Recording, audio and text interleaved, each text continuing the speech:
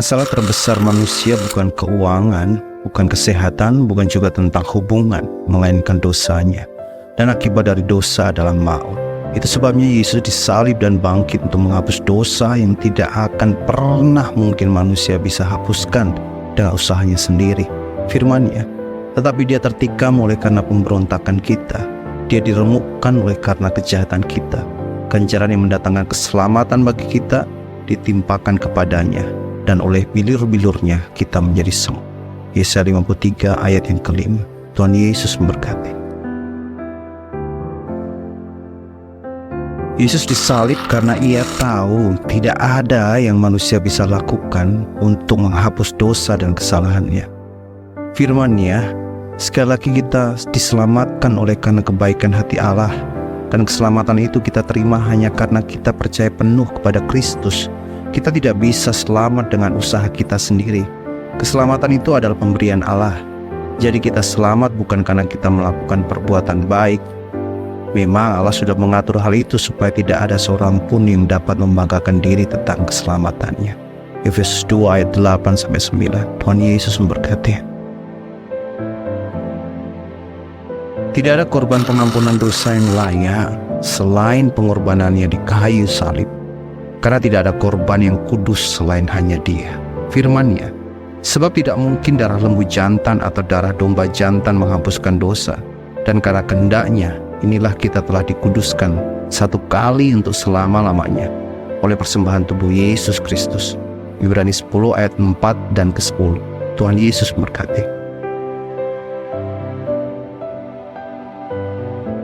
Jika dengan melakukan kebaikan dosa bisa dihapuskan, Yesus tidak perlu mati di salib untuk menebusnya. Itu sebabnya lakukanlah kebaikan karena kamu telah ditebus. Firman Tuhan berkata, tetapi Allah yang kaya dengan rahmat, oleh karena kasih-Nya yang besar, yang dilimpahkannya kepada kita, telah menghidupkan kita bersama-sama dengan Kristus, sekalipun kita telah mati oleh kesalahan-kesalahan kita, oleh kasih karunia, kamu diselamatkan. Efesus 2 ayat yang ke-4-5. Tuhan Yesus memberkati. Siapa saja yang hidup dan percaya kepada Yesus, ia akan hidup meski ia sudah mati. Yohanes 11 ayat 25-26 berkata, jawab Yesus, akulah kebangkitan dan hidup. Barang siapa percaya kepadaku, ia akan hidup walaupun ia sudah mati. Dan setiap orang yang hidup dan yang percaya kepadaku tidak akan mati selama-lamanya. Percayakah engkau akan hal ini? Tuhan Yesus memberkati. Tidak ada manusia di dunia ini yang kebal dengan maut. Itu sebabnya Yesus datang ke dunia mengalahkan maut untuk semua manusia. Wahyu 1 ayat 17b-18 mengatakan, jangan takut, aku adalah yang awal dan yang akhir dan yang hidup.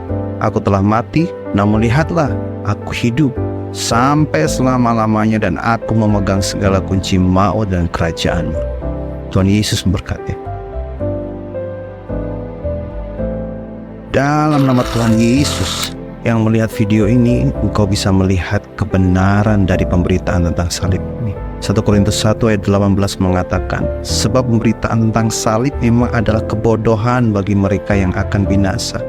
Tetapi bagi kita yang diselamatkan, pemberitaan itu adalah kekuatan Allah. Tuhan Yesus memberkati.